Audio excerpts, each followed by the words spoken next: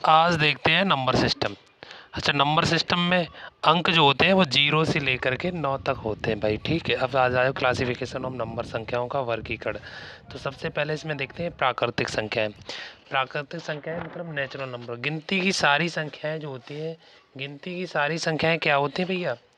प्राकृतिक संख्याएं होती हैं, 1 2 3 4 5 6। उसके बाद आ जाओ पूर्ण संख्याएं, होल नंबर। होल नंबर क्या होते हैं?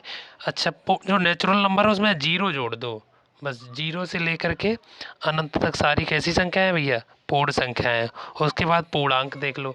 अच्छा, पूर्णांक क्या है भैया? पूर्णांक, पूर्णांक देख लो।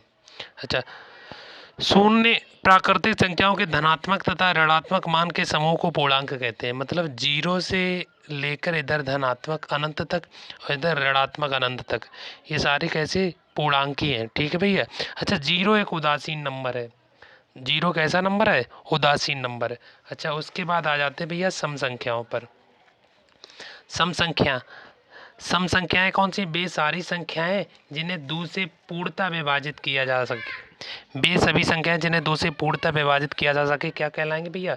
सम संख्याएं कहलाएंगी। अच्छा, इनका व्यापक रूप 2n है। 2n का मतलब है किसी भी संख्या का अगर 2 से गुणा कर दोगे, किसी भी प्राकृतिक संख्या का 2 से गुणा कर दोगे तो वो संख्या 2 से विभाजित हो जाएगी। जहाँ n एक प्राकृतिक संख्या है। सीधा कहने का मतलब है जो संख्याएं 2 से जिनके पीछे 2 4 6 8 या 0 होगा, वो सारी संख्याएं 2 से विभाजित होंगी। ठीक है भैया। अच्छा, उसके बाद देख लो, अगर एक विषम संख्या और एक सम संख्या अगर जोड़ेंगे तो उनका योग हमेशा विषम आएगा। अगर दो सम संख्याएं जोड़ोगे तो उनका योग हमेशा कैसा आएगा भैया? सम आएगा। जैसे देखो 2 और 4 दोनों सम संख्याएं, इनका जोड़ कितना आया? 6। अच्छा, एक विषम संख्या है और 2 सम है, दोनों जोड़ी तो क्या आया? 3। तो 3 कैसी संख्या है भैया? विषम संख्या है। अच्छा, एक और इधर देख लो, अगर 2 विषम संख्याएं जोड़ोगे तो योग हमेशा कितना आएगा? सम। देखो, 1 भी विषम संख्या है और 3 भी विषम संख्या है और इन दोनों का योग 4 आ रहा है और 4 एक सम संख्या है। अच्छा, उसके बाद देखते हैं विषम संख्या। विषम संख्याएं जो संख्याएं 2 से विभाजित ना हो तो वो क्या कहलाएंगी? विषम संख्याएं कहलाएंगी। अच्छा, इनका व्यापक रूप है 2n-1,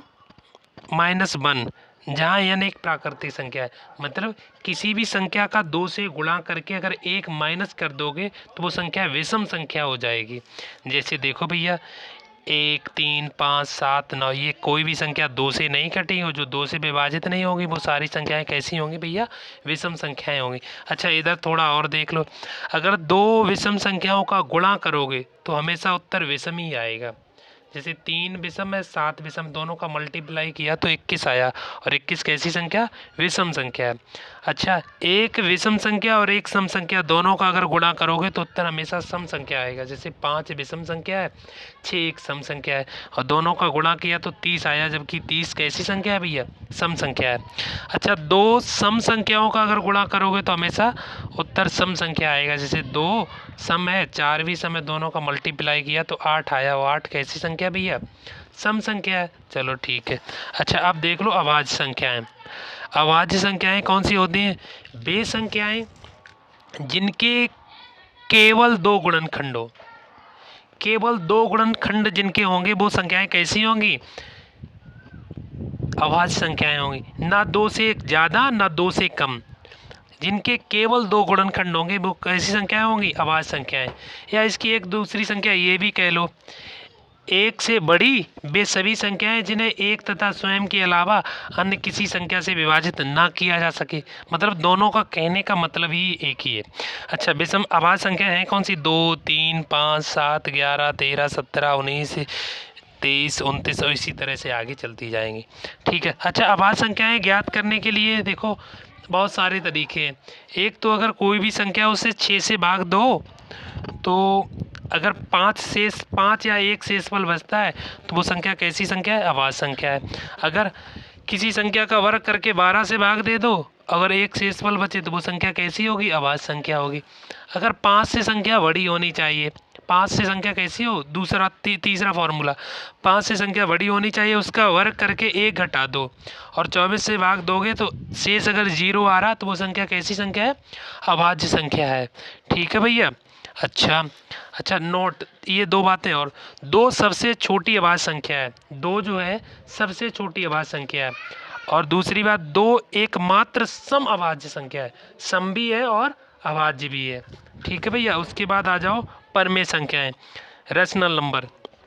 अच्छा, परमेय संख्याएं क्या, वे सभी संख्याएं जिन्हें पी अपॉन क्यू के रूप में लिखा जा सके, वो सारी संख्याएं क्या कहलाएंगी, परमेय संख्याएं कहलाएंगी। अच्छा, जहाँ p तथा q पूर्णांक हो और जहाँ q बराबर क्या ना हो, जीरो ना हो। अच्छा, पूर्णांक संख्याओं के तीन नियम है बेटा, अगर ये तीनों नियम फॉलो होते हैं तो वो संख्याएं सारी कैसी होंगी, परमेय संख्याएं। p अपॉन मतलब p अपॉन q के रूप में होना चाहिए, q का मान जीरो नहीं होना चाहिए, और p और q दोनों क्या होना चाहिए, पूर्णांक।